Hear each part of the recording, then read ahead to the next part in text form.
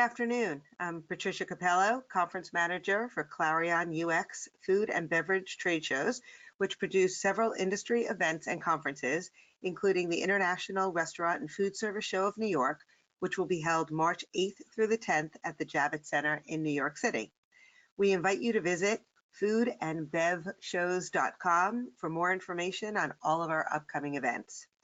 We appreciate you joining us today for our webinar, Life in the Restaurant Business, Current Issues and Trends in Restaurant Payroll, HR, and Accounting that you can use today. Presented by Michael Viola with Pure Restaurant Solutions, who will touch upon the current issues and trends in restaurants. He will focus on best practices for payroll, HR, and overall accounting for your restaurants. A few housekeeping notes before the presentation begins. All audience members are in listen-only mode, which means you are muted. We will be monitoring audience engagement on the dashboard and encourage you to participate by using the question pane. There'll be time for questions and answers at the end of the session, and this webinar, as well as others in our series, will be made available on our website in the coming week. Now, let me turn the program over to Michael. Great, thank you. Hello, everyone. Thank you for taking time out of your day and what is a busy time of year. I appreciate you doing that. So I was approached a few weeks ago to talk about year-end 2019 and what is coming up in 2020. And it's a pretty daunting task, and it's especially daunting when you think about HR issues, and we're all in different states of the country, and it's very hard to get a common denominator, if you will, of all the issues. But with that, I wanted to share some knowledge that I have and was able to collect specific to restaurants and go from there. We're going to talk about restaurant accounting in the restaurant business, some HR issues, and we're going to kind of focus on those items. We're going to talk a little bit about minimum wage, delivery, and I really encourage everyone on the call to ask a lot of questions towards the end. I think this is a very interactive thing.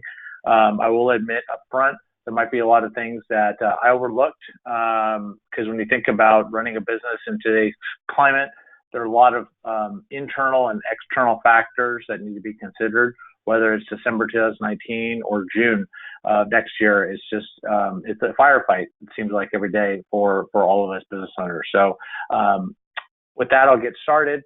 I wanted to share just a quick disclaimer. Everything I talk about here is as is, and there's no warranty, or I'm not giving professional advice. And so you're definitely encouraged to talk to your legal counsel about the facts that I present here and make sure that it applies to you correctly.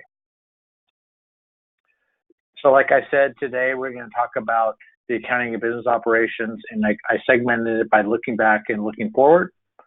Next is outlook and growth opportunities, payroll and human resources, and minimum wage, and some Q&A.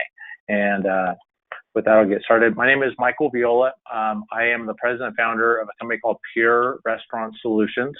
We are specific to restaurants. We do the bookkeeping for restaurants.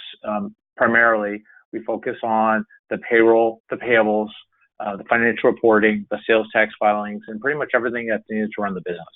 At the end of the day, it is a business, and so we help take the burden off restaurant owners and restaurant leaders' hands to make sure that the back office is running smoothly so they can focus on things that matter more, such as customer service, servicing the guests, menu creation, menu delivery, that type of thing.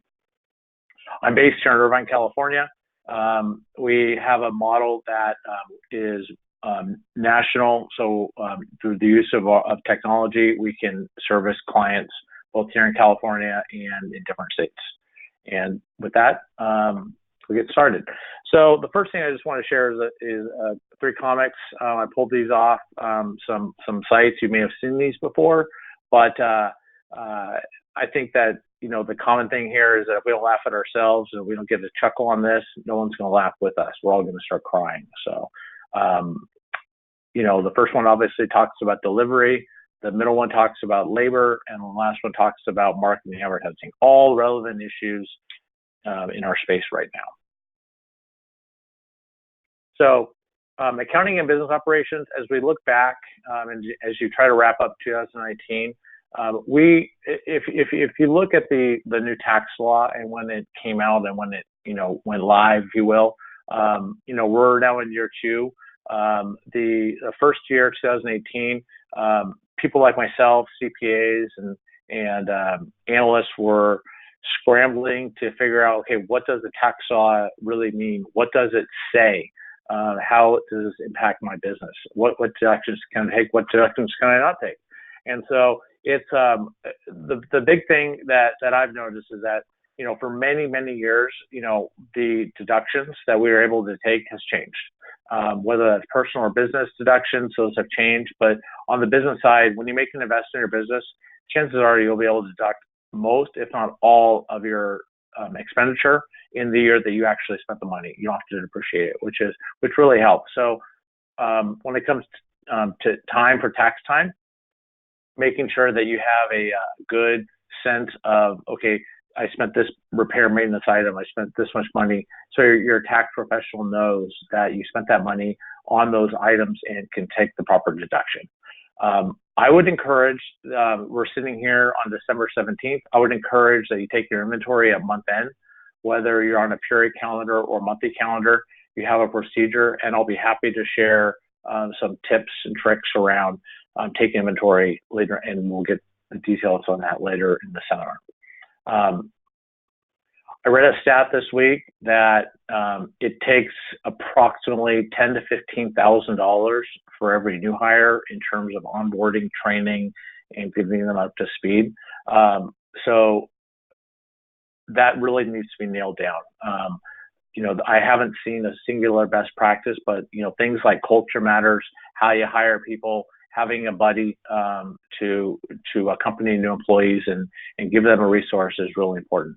As you look forward, it's a mixed bag as to whether or not we're going to have a recession.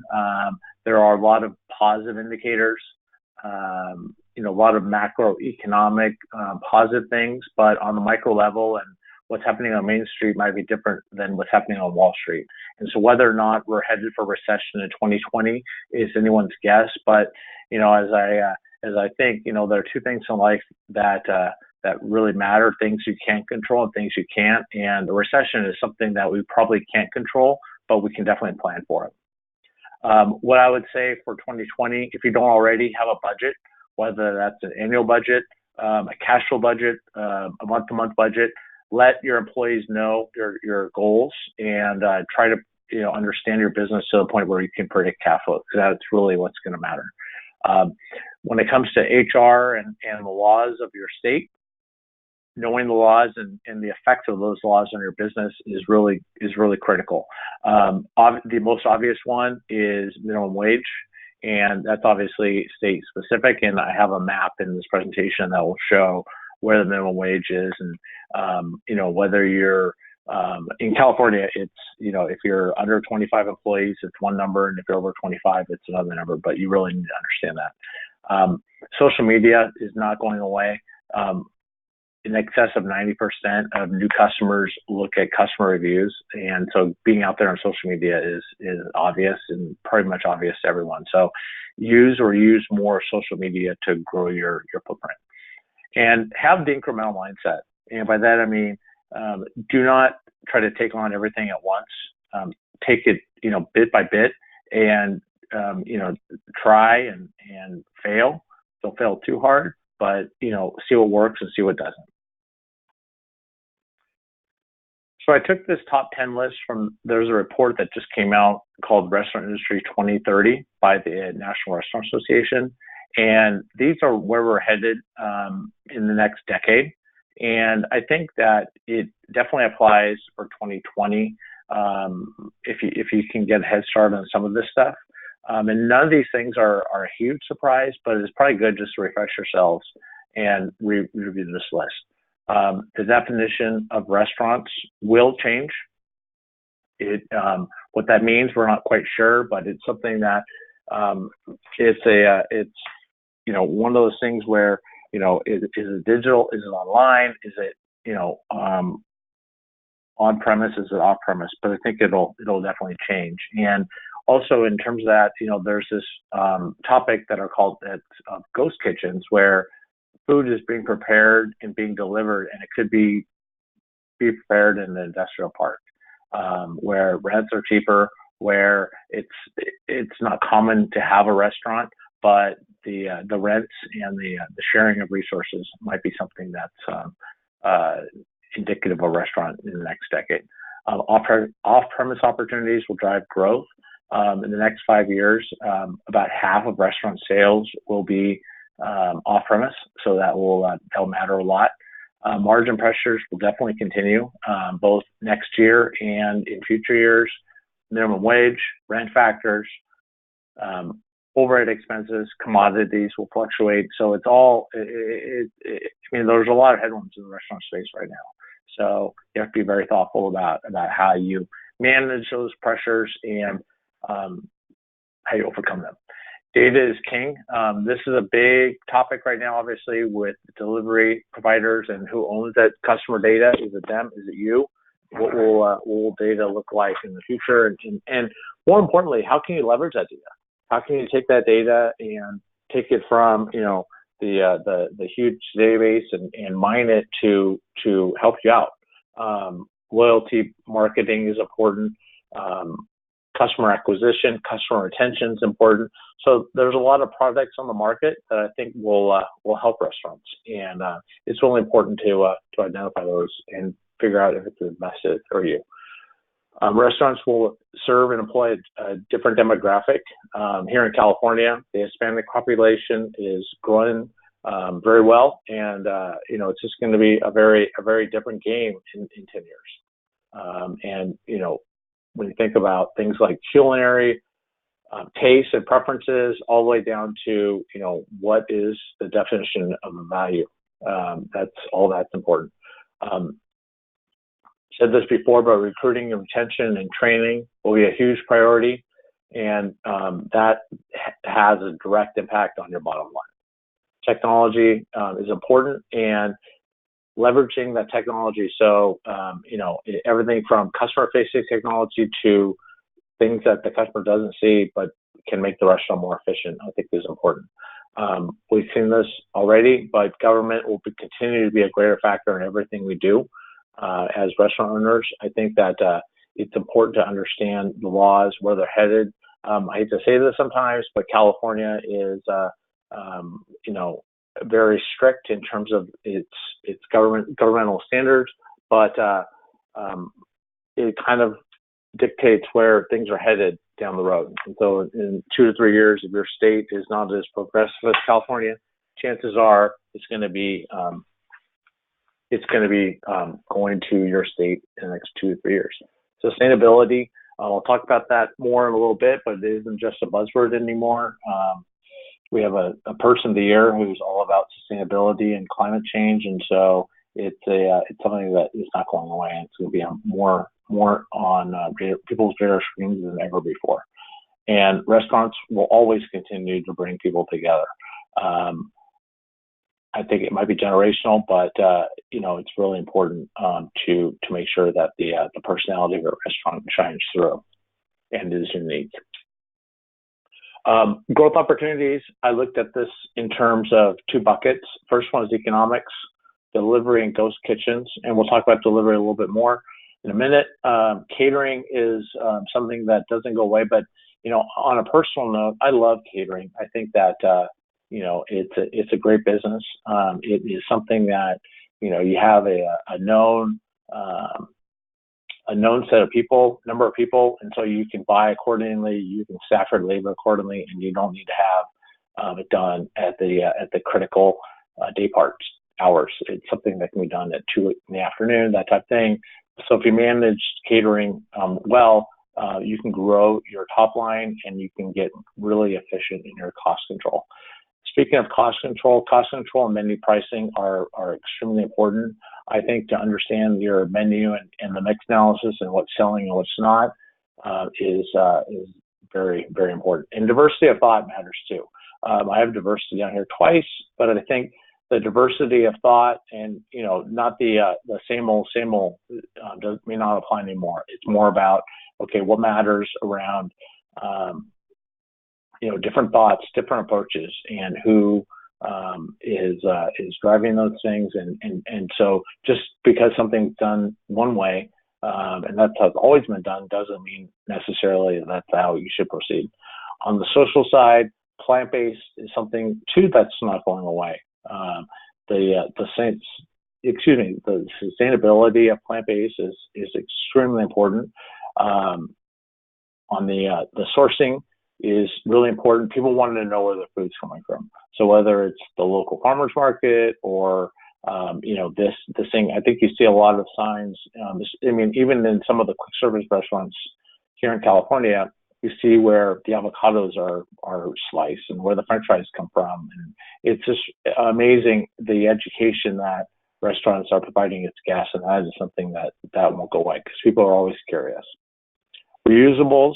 This is a very interesting topic because, when you think about reusables in the context of delivery, you think about, okay, I want to have food that travels well, and I want to have really good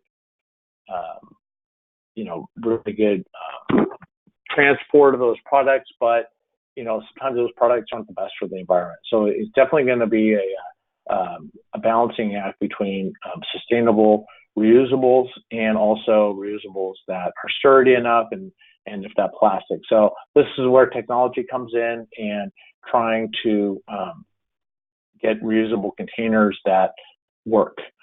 Here in California, the paper straws is a big issue, and paper or plastic bags, and just making sure that things are not only sustainable, but it's something that will be practical for restaurants. Technology, I touched on that, but that's a big driver. And then social diversity. And this is, I was talking about menu trends and preferences and tastes, and also, where we're headed as a society in the whole. But I think at the end of the day, you ask yourself, what makes your restaurant unique? Is it price, value, or is it something else? What does your brand stand for? And I think that is something that will be a 2020 focus, but should also be a focus of everything that you do as you open your doors, as you look at your financial statements and everything in between. So I won't spend too much time on this slide, but I think that the delivery is something that many of us have already experienced at some level. Those are obviously in the game. This probably doesn't come as a huge surprise, but I think it's worth looking on. We'll make this presentation available to all of the participants, and I think that this is a slide that you should spend more time on. If there are any questions, we'll be happy to answer those.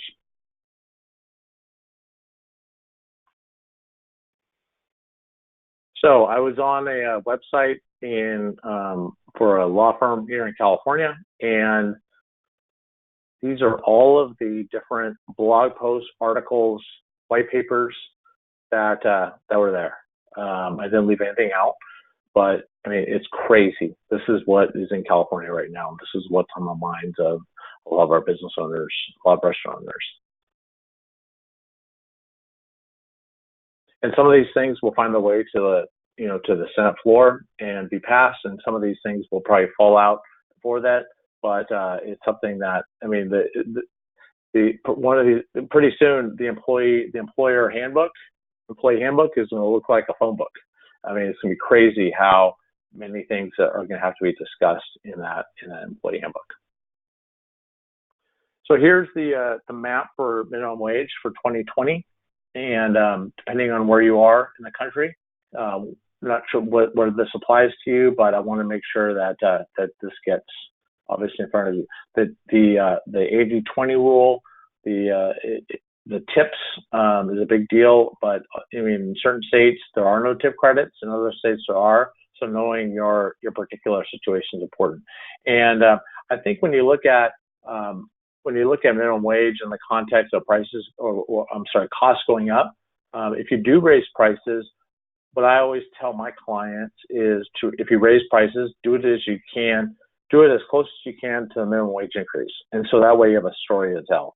You have the ability to kind of quote unquote blame it on minimum wage and So when the consumer gets, the bill, oh, wages went up. I mean, I think there's a story to tell there. But if you took the price increase in April, you may not have a story to tell. So it's important to align those two. Here in California, I mean, these are some of the things that are going to be very hot buttons for us. The work classification, the ADA, gloves, meal and rest breaks continues to rear its head. The straws, the predictive scheduling, and so forth. There's probably a handful of other items that I'm overlooking. So I leave that to lawyers to provide more guidance on, but also, in that vein, I think that it's important to know what applies to your state and is specific to your state. So what I would encourage is there's a lot of law firms who are, especially at this time of year, providing free webinars on the new HR laws in your state, and so I definitely take advantage of that information. I have some information on payroll that I'd be happy to share. I think it's a 3-page white paper just on some payroll tips and tricks. I'll be happy to share those after the conference. So if you email me, I'll give you my email address at the end of this presentation, and I will be happy to send that to you. Some other resources, obviously, labor law posters. I mean, we saw with minimum wage changing. Labor law posters are being updated. That's an important resource. Making sure your labor is scheduled properly. Take advantage of technology. I think the days of scheduling labor on paper or using spreadsheets doesn't really hold water. You have to be very, very effective with your labor scheduling. Like I said, we have a payroll white paper, but I also have an inventory white paper. I think this is important to look at your inventory and understand the pitfalls of inventory. There are a lot of things that we're in an industry where the rates are thin. There's a lot of transaction volume, and there's a lot of employees who may not see the value of this business that you're trying to run and trying to protect. And so theft and inventory waste is very pervasive. Develop your budget, refine your budget, treat it like as you would any budget. It's like a garden. If you don't tend to the garden, it'll grow weeds. So you want to make sure that your budget is a living, breathing document, and that you're looking at, every week, every few weeks, every month, that type of thing. And the last thing I'd say is stay in your lane. Don't take on everything that that keeps you up at night. Break it off in chunks and make sure that you have a talented team that is running your business. You're the CEO of your business, and you need to have a good team who will look out for you, who will protect you going forward. So as we move into 2020, it's a new year. So plan accordingly. Look at your business both in terms of the numbers and in terms of the customers. Know your numbers, know your customers, and really drive to understand both. I think it's very important. Minimum wage and other cost pressures are the new normal. I think that's something that obviously is not going away. We're on a march to $15 an hour. Whether that happens in a couple of years or 5 years, that's what's going to happen. Rent factors, other overhead is something that is not going away. Leverage resources that are free. For those of you who are not part of your local restaurant association, that is low-hanging fruit that should be leveraged, and fellow owners can attest to that. And then, like I said, stay in your lane, lean on the experts, and really understand your business, and have them help you understand your business even more. And with that, Patty, I'd like to thank everyone for being on the presentation. If there's any questions, I'll be happy to answer them now. Thanks so much, Michael. That was very informative, and I appreciate you taking the time today to speak to all of our attendees on the line. Yes, we have a couple of questions. If you don't mind, we'll get started there.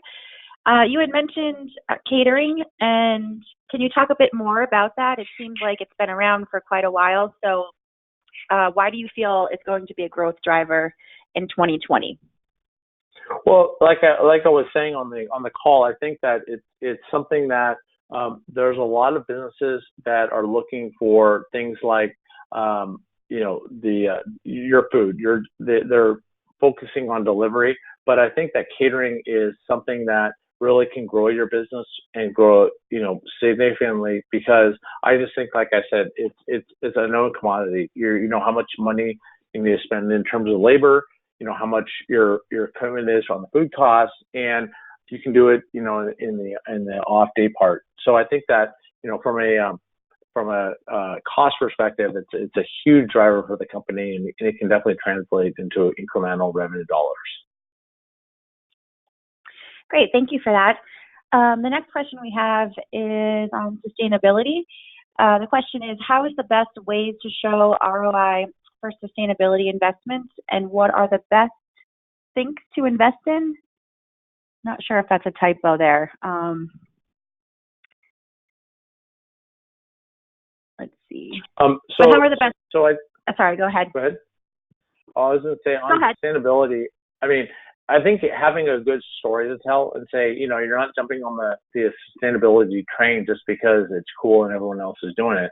I think you say, okay, here's what we're doing and here's why, and really have a story to tell, and educate the consumer around what you're doing. I think that it's important in terms of the financials. It's the additional cost to the business, but I think that that cost is going to get driven down as it's adopted more, whether it's the delivery containers or certain reusables, so that the financial ROI is there.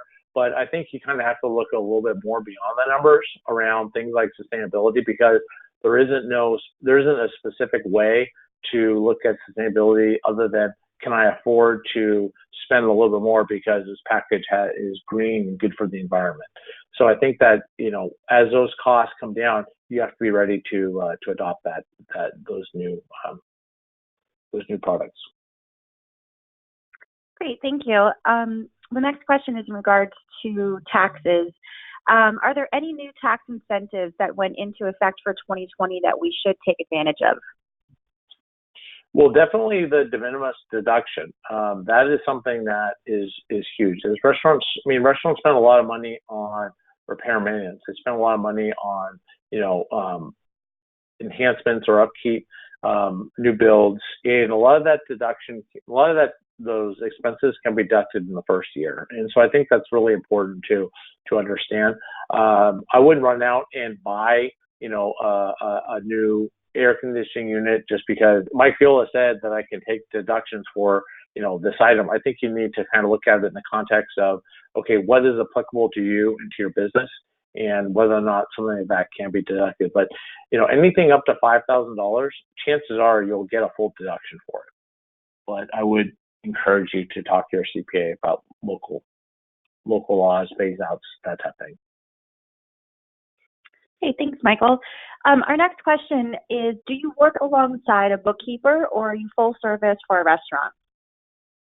We are a full service for a restaurant. So our specific business model is that, we're not, a group of bookkeepers who kind of prepare the numbers and throw them over the wall and say, here, figure it out. We'll see you next month.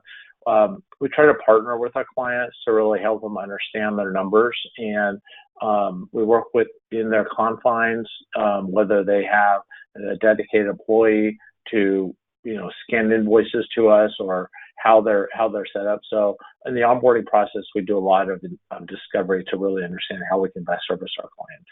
And it's more of us fitting into their model as opposed to them complying with ours. There are standards, of course. I will say that, but I think that's important to have a good relationship going forward. Great, thank you. Our next question: what advice do you have for a rural community that has we have local who are used to our pricing and increases are difficult? The cost of business is definitely increasing, and so round numbers, if you think that your costs are going up 5% across the board, taking a 5% increase on prices probably is not the way to go. I think what you got to do is kind of share the pain a little bit between what your customers will expect to pay and what you can reasonably absorb. But you have to evolve. You have to look at different technologies, different processes, and try to kind of skin the cat in a different way that will drive that efficiency. Because I think that, restaurants have some critical headwinds that they need to tackle, and just doing it, one way or the other way is probably not a good solution. It's probably a combination of ways to get to the answer you're looking for. Great. And actually, I think that goes right into this next question quite well. Because the question here is, when you say a team, what exactly does that entail? Because, can't they run it all? Yeah, I think, no one is an expert except in their field. And so by that I mean is that it's really hard to be a master of all trades because I think that, when it comes to social media, I don't know anything about social media. I mean, I know enough to be dangerous, but, when you start talking about pixels and, all of the different industry jargon, that I'm lost. But I think that's important, as an owner, you provide the direction, you provide the leadership. And so making sure that you have people on your team who can help you understand that stuff, and whether you are seeking better insurance rates, have somebody who is top of your mind who you can contact and say, okay, here's my situation. Can I get a better rate on my workers' comp insurance or my general liability insurance? I think that's important, and not trying to be an expert in everything, because it's just too much. There's too much information out there. And so, for my business, we can service all different types of clients, but I've chosen the restaurant vertical just because, I want to go real deep in one category and really help my clients to understand their business very well. Great. And this may be our last question. This is actually pretty specific. This question is, they are located in Northern California and had to buy a generator for $10,000 to stay open when they had no power for 2 weeks. Would they be able to take a deduction? More than likely, yes. More than likely, they'll be able to take a deduction. I don't know the specifics of that particular situation, but more than likely there'll be. It's a cost of doing business. So it's either a deduction that is a capital deduction, or something that can be, part of the business operating. Absolutely.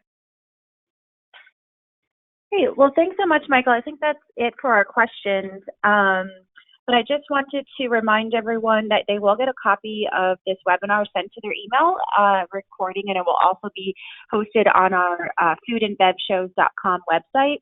And Michael, I see on the screen here, that is your email if anybody would like to get in touch with you on your white papers and have any questions. The hello@go. Yes, absolutely. Thank you very much. Yes, that is my email address, hello@go-pure.com. So you can just email that, and I'll be happy to send you the white papers on payroll inventory. And if you have any questions beyond that, be happy to have a conversation as well. So great. Thank you so much. It's always a pleasure to have you with us. And I'm sure we will see you back in the future. So I hope everyone has a great afternoon. Thanks again, Michael. Great. Thank you. Thanks, Patty. Bye. Bye-bye.